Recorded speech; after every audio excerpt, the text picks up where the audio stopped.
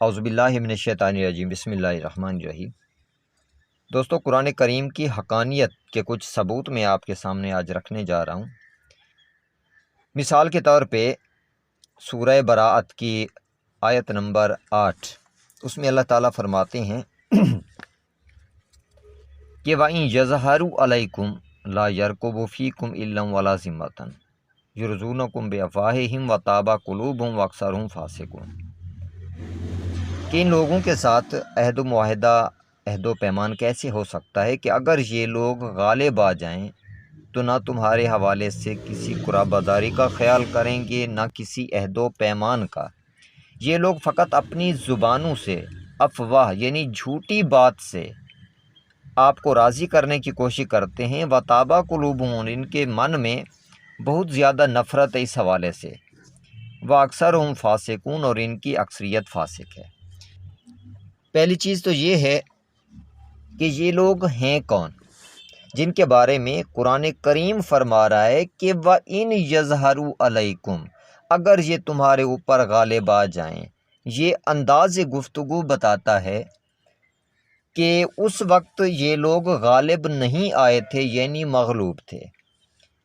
اس وجہ سے اللہ تعالیٰ نے فرمایا کہ وَإِن يَظْهَرُوا عَلَيْكُمْ، اگر یہ تمہارے اوپر غالب آ گئے تو پھر تمہارے لیے نہ قرابت داری کا خیال کریں گے، نہ کسی عہد و پیمان کا۔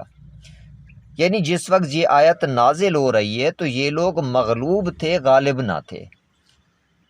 اب سوچنے کی بات ہے کہ یہ کون لوگ تھے جو اس وقت مغلوب تھے جس وقت یہ آیت نازل ہوئی، لیکن جب غالب آئے تو واقعی طور پر انہوں نے نہ قرابت داری کا خیال کیا، نہ کسی عہد و پیمان کا خیال کیا۔ اب کیونکہ یہ سورہ براءت سے ریلیٹڈ آیت ہے، سورہ براءت کیونکہ مشرکین مکہ کے حوالے سے، مشرکین کے حوالے سے ہے کہ مشرکین کے ساتھ کس طرح سے کوئی عہد و پیمان ہو سکتا ہے کہ اگر یہ لوگ غالب آ جائیں تو تمہارے حوالے سے نہ کسی قرابت داری کا خیال کریں گے، نہ کسی عہد و پیمان کا۔ اب اسی آیت نمبر 8 کو مزید اللہ تعالیٰ نے واضح کیا ہے آیت نمبر 10 میں، جس میں اللہ تعالیٰ فرماتی ہیں لا یرقبون فی مومن الا ولا ذمۃ، یہ کس کے حوالے سے قرابت داری کا خیال نہیں کرتے؟ وہ ذات فرماتی ہے مومنین کے حوالے سے یہ قرابت داری کا خیال نہیں رکھتے۔ وَأُولَٰئِکَ هُمُ الْمُعْتَدُونَ، اور یہ حد سے تجاوز کرنے والے لوگ ہیں۔ پہلی آیت میں یعنی آیت نمبر 8 میں اللہ تعالیٰ نے فرمایا یہ ان کی اکثریت فاسق ہے۔ اس آیت میں فرمایا یہ حد سے تجاوز کرنے والے ہیں، یعنی حدود و قیود کے کوئی یہ لوگ پابند نہیں ہیں۔ اس سے اگلی آیت بڑی حیران کن ہے کہ جس میں اللہ تعالیٰ فرماتے ہیں کہ فَإِن تَابُوا وَأَقَامُوا الصَّلَاةَ وَآتَوُا الزَّكَاةَ فَإِخْوَانُكُمْ فِي الدِّينِ، کہ اگر یہ لوگ توبہ کر لیں، نماز قائم کریں، زکوٰۃ ادا کریں تو یہ تمہارے دینی بھائی ہیں۔ تو سوچنے کی بات ہے، آیت تو نازل ہو رہی ہے مشرکین مکہ کے حوالے سے، یہاں پہ بتایا جا رہا ہے کہ اگر یہ فلاں فلاں کام کر لیں تو پھر کیا ہوں گے، یہ تمہارے دینی بھائی ہیں۔ اب پہلی چیز یہ ہے کہ جب اللہ تعالیٰ نے کہہ دیا کہ یہ تمہارے دینی بھائی ہیں تو اس میں کوئی شک کی بات نہیں رہتی۔ تو کیا یہ لوگ ایمان بھی لے آئے تھے؟ یہ ایک بہت بڑا سوالیہ نشان ہے اس چیز پہ۔ اب یہ سوالیہ نشان کس بنیاد پہ ہو سکتا ہے؟ کیا یہ ایمان لائے تھے یا نہیں لائے تھے؟ اس کے علاوہ اگلی آیت جو ہے اس میں اللہ تعالیٰ فرماتی ہیں وَإِن نَاقَصُوا أَيْمَانَهُمْ، اگر یہ اپنی قسموں کو توڑ دیں، مِن بَعْدِ عَهْدِهِمْ، اپنے عہد کے باوجود، وَطَعَنُوا فِي دِينِكُمْ، اور تمہارے دین کو طعنہ دیں، فَقَاتِلُوا أَئِمَّةَ الْكُفْرِ، ان کفر کے ائمہ کو قتل کرو، انہم لا ایمان لہم، ان کا کوئی ایمان نہیں ہے، ان کی کوئی قسم نہیں ہے، لعلہم ینتہون، کس لیے ایسا کرنا ہے؟ تاکہ یہ لوگ باز آ جائیں۔ اس کا مطلب ہے یہ جو ائمۃ الکفر کا لفظ استعمال کیا جا رہا ہے کس کے لیے ہے؟ مشرکین کے لیے، کیونکہ یہ سورت جو نازل ہوئی ہے یہ مشرکین کے حوالے سے نازل ہوئی ہے کہ مشرکین کے ساتھ تمہارا عہد و معاہدہ ہو کیسے سکتا ہے جبکہ اللہ تعالیٰ اور اس کا رسول اس سے برات کا اظہار کرتے ہیں، سوائے ان لوگوں کے جن کے ساتھ تم نے عہد معاہدہ مسجد الحرام میں کیا۔ یہ چیز اللہ تعالیٰ نے واضح کی ہے۔ تو یہ ائمۃ الکفر یہ لوگ کون تھے؟ اس کے علاوہ قرابت داری کا احساس کیا بعد میں جو لوگ غالب آئے، کیا ان مشرکین مکہ میں سے کچھ لوگ غالب بھی آئے؟ سوچنے کی بات ہے، غور کرنے کی بات ہے تاریخ پہ بھی۔ اب اس میں ایک چھوٹی سی مثال ہے کہ کیونکہ اس میں اللہ تعالیٰ نے حج اکبر کا لفظ استعمال کیا ہے کہ جب فتح مکہ ہوا، مولا رسول خدا مکہ میں داخل ہوئے تو کچھ لوگوں کو پکڑ کے مسلمان لے آئے مولا رسول خدا کے سامنے، اور وہ کون تھے؟ وہی مشرکین مکہ تھے۔ اب ان مشرکین مکہ نے کیونکہ مولا رسول خدا کے ساتھ، اصحاب رسول کے ساتھ مسلسل جنگیں کی تھیں، اب یہ مغلوب ہو چکے تھے۔ مغلوب ہونے کے بعد جب ان کو پکڑ کے لایا گیا مولا رسول خدا کے سامنے تو مولا رسول خدا نے کیا کیا؟ ان کو سزا نہیں دی۔ عام طور پہ کہا جاتا ہے کہ مولا نے عام معافی کا اعلان کیا۔ دیکھیے، معافی اور چیز ہوتی ہے۔ تاریخ میں ان کو طلقاء کا نام دیا گیا ہے۔ طلقاء کا مطلب نفرت کی بنیاد پر کسی کو دھتکار دینا، چھوڑ دینا، دور کر دینا اپنی نظروں سے۔ اب یہ طلقاء جو تھے، کیونکہ ساری زندگی مولا رسول خدا کے ساتھ جنگیں کرتے رہے اور حضرت حمزہ، حضرت جعفر طیار اور باقی اصحاب رسول اور رسول خدا کے خاندان والوں کے قاتل تھے یہ لوگ، تو جب ان کو مولا رسول خدا کے سامنے پیش کیا گیا تو مولا رسول خدا نے ان کو معاف نہیں کیا، کیونکہ اگر مولا رسول خدا معاف کر دیتے تو یقیناً ان کا معاملہ خدا کی بارگاہ میں بھی معاف کیے جانے والے لوگوں کے حوالے سے ہی ہوتا، بلکہ مولا رسول خدا نے کیا کیا؟ طلقاء کا نام دیا کہ ان کو میری نظروں سے دور کر دو، یعنی ان کو کہنا بھی کچھ نہیں ہے لیکن ان کو آزاد کر دو، چھوڑ دو، اپنی مرضی کے مطابق یہ زندگی گزاریں، یعنی اپنا دین مسلط نہیں کیا، لا اکراہ فی الدین ثابت کیا۔ اب یہ ایک مثال قائم کر دی اللہ کے دین کی طرف سے، اس کے نبی نے، اللہ کے رسول نے، کہ دیکھو اگر کوئی اللہ والا، کوئی خدا پہ ایمان لانے والا غالب آ جائے تو وہ مغلوب پہ ظلم نہیں کرتا، اس لیے ان کو چھوڑ دیا گیا، طلقاء کا نام دیا گیا۔ یعنی اللہ کے نبی نے احساس کیا، کیونکہ یہ لوگ رشتہ دار بھی تھے، قریش سے تھے، تو اس وجہ سے قرابت داری کا بھی خیال کیا، اور ویسے بھی کیونکہ مولا رسول خدا رحمت للعالمین نبی ہیں تو انہوں نے رحم کیا ان پہ۔ تو ایک مثال قائم کر دی کہ میرے پیروکار جو ہوں گے وہ کبھی کسی پہ ظلم نہیں کریں گے، میرے پیروکار کسی پہ اپنا دین مسلط کرنے کی کوشش نہیں کریں گے، میرے پیروکار شریعت نافذ نہیں کریں گے، یعنی زبردستی کسی معاشرے میں، کسی سوسائٹی میں شریعت نافذ نہیں کی جائے گی۔ یہ ایک مثال قائم کی اللہ تعالیٰ کے نبی نے۔ اس کے بعد وقت گزرتا گیا، انہی مشرکین مکہ میں سے کافی سارے لوگ مسلمان ہو گئے، اسلام قبول کر لیا، لیکن اس وقت غالب نہ تھے۔ قرآن کریم کی حقانیت کو اگر ہم دیکھیں، کیونکہ اللہ تعالیٰ فرماتے ہیں کہ وَإِنْ يَظْهَرُوا عَلَيْكُمْ، اگر یہ آپ پہ غالب آ گئے تو انہوں نے کیا کرنا ہے؟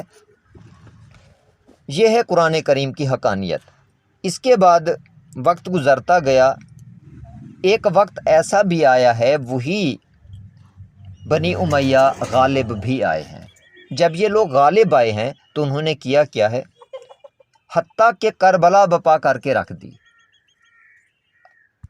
حالانکہ جن ہستیوں پہ درود بھیجنا تھا، ان اللہ و ملائکتہ یصلون علی النبی، اللہ تعالیٰ اور اس کے فرشتے جن ہستیوں پہ درود بھیجتے ہیں، کیونکہ جب یہ آیت نازل ہوئی تو پوچھا گیا کہ درود کیسے بھیجنا ہے، تو درود ابراہیمی نازل ہوا۔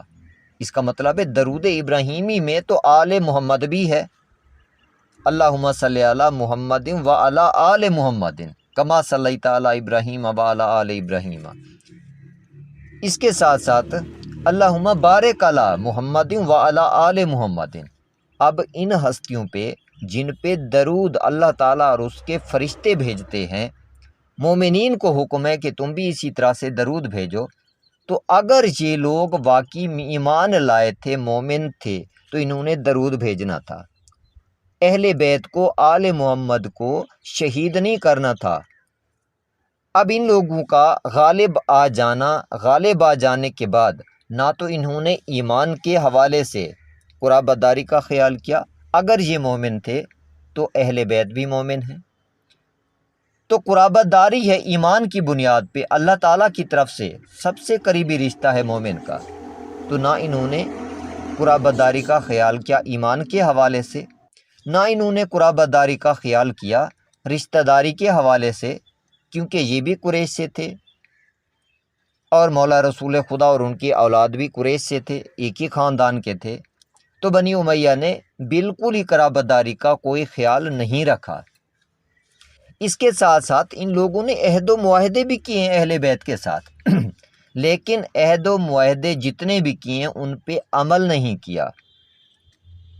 تو جس وقت یہ لوگ غالب آئے ہیں، کربلا بپا کر دی، کربلا سے پہلے بھی نہ کسی عہد معاہدے کا پاس رکھا، اور خاص طور پہ جو مومن تھے لا یرکبون فی مومن الا ولا ذمۃ، 10ویں آیت کے مطابق کسی بھی مومن کو ان لوگوں نے برداشت نہیں کیا، یعنی وہ ایمان والے، وہ اصحاب رسول جو اہل بیت سے پیار کرتے تھے، جو درود و سلام بھیجتے تھے اہل بیت پہ، ان اللہ و ملائکتہ یصلون علی النبی کی آیت کے مطابق تو ان کو بھی ان لوگوں نے شہید کیا ہے۔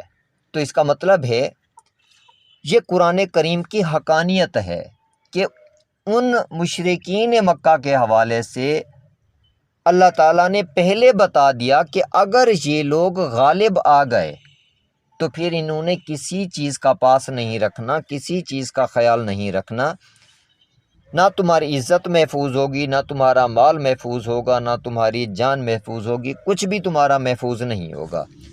تو اسی لیے فرمایا کہ ان فقاتلوا ائمۃ الکفر، تو جو کربلا کی جنگ تھی ایک طرف تو اللہ تعالیٰ کے بھیجے ہوئے امام تھے حضرت امام حسین علیہ السلام، اور دوسری طرف یزید تھا، وہ بھی امام تھا لیکن اس کو اللہ تعالیٰ نے کفر کا امام قرار دیا۔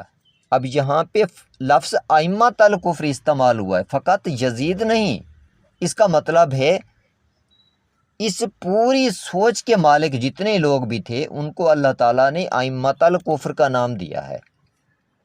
تو ان لوگوں نے واقعی طور پہ نہ تو کسی قرابت داری کا خیال رکھا، نہ ہی کسی عہد و پیمان کا خیال رکھا ہے۔ حالانکہ معاویہ ثانی جو یزید کا بیٹا ہے، اس نے جب اہل بیت کے ساتھ مودت کا اظہار کیا اللہ تعالیٰ کے قرآن کریم کی آیات کے مطابق، تو اس کو بھی شہید کر دیا گیا۔ حالانکہ اگر دیکھا جائے تو وہ انسان اصحاب کہف سے کم لیول کا نہیں ہے، کیونکہ اصحاب کہف نے وزارتیں ٹھکرائی تھیں اللہ تعالیٰ کے دین کی خاطر، اللہ تعالیٰ کی توحید کی خاطر، لیکن اس انسان نے بادشاہت کو ٹھکرایا ہے، بادشاہت کو ٹھکرا کے اس نے اللہ کے دین کی، اللہ کے حکم کا پاس رکھنے کی کوشش کی ہے۔ تو یہ تو حالانکہ یزید کا بیٹا ان لوگوں کا اپنا تھا، بنی امیہ میں سے تھا، لیکن اپنی قرابت داری کا بھی انہوں نے خاص خیال نہیں رکھا اور اس غریب کو شہید کر دیا۔ یعنی یہ ایسی سوچ ہے، ایسا کردار ہے جو نہ تو ایمان کے حوالے سے قرابت داری کا خیال رکھتے ہیں، نہ رشتوں کے حوالے سے قرابت داری کا خیال رکھتے ہیں، فقط دنیا داری کی بنیاد پر یہ اپنی سوچ کے تابع ہوتے ہیں۔ اور سب سے بڑی چیز، کیونکہ کربلا کی جنگ اسی لیے ہے کہ اس نے بیعت مانگی ہے اہل بیت سے۔ اب میں حیران ہوں کہ اس نے بیعت مانگی تو مانگی کیسے، حالانکہ یہ لوگ طلقاء میں سے ہیں، جبکہ حضرت امام حسین علیہ السلام اہل بیت میں سے ہیں، اور اہل بیت کا عمل جو ہے وہ عام امت کے لیے قابل اطاعت ہوتا ہے۔ اور ویسے بھی حضرت امام حسین علیہ السلام خدا کی طرف سے بھیجے ہوئے امام ہیں۔ امام کبھی کسی دوسرے انسان کی پیروی نہیں کیا کرتا، بلکہ امام ہوتا ہے دین کو قائم رکھنے کے لیے۔ تو اسی وجہ سے انہوں نے دین پہ قربانی دی اور اللہ کے دین کو بچایا، ورنہ آج جو یزید کہتا تھا وہی کچھ دین کے طور پہ ہمارے سامنے پیش کیا جا رہا ہوتا، ایون آج بھی وہی زبردستی ہے، یعنی لا اکراہ فی الدین تو اللہ تعالیٰ نے کہا ہے کہ دین میں کوئی جبر و اکراہ کی بات نہیں ہے۔ قد تبین الرشد من الغی، پس رشد و ہدایت اور بغاوت کے درمیان فرق بیان ہو گیا، کس کے ذریعے؟ لا اکراہ فی الدین کے ذریعے۔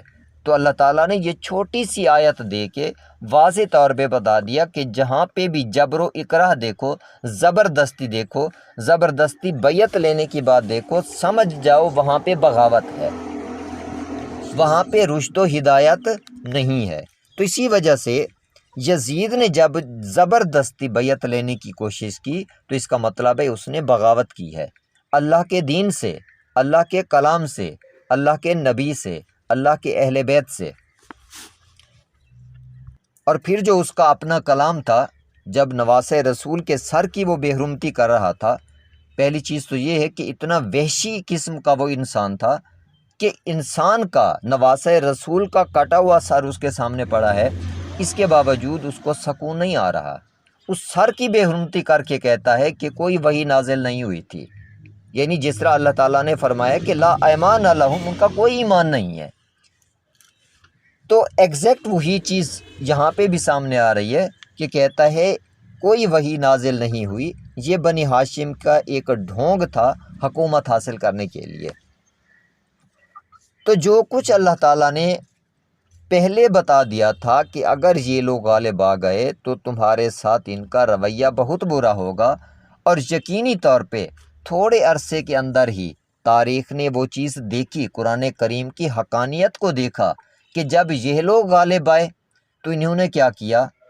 کسی رشتہ داری کا، کسی قرابت داری کا، کسی ایمان کا خیال نہیں رکھا، جبکہ ان کی تربیت یہ کر دی گئی تھی فتح مکہ کے وقت بھی کہ دیکھو رشتوں کا اپنا ایک پاس ہوتا ہے، قرابت داری کا اپنا ایک پاس ہوتا ہے، معاشرت کا اپنا ایک پاس ہوتا ہے، ہر چیز کا خیال رکھا کریں۔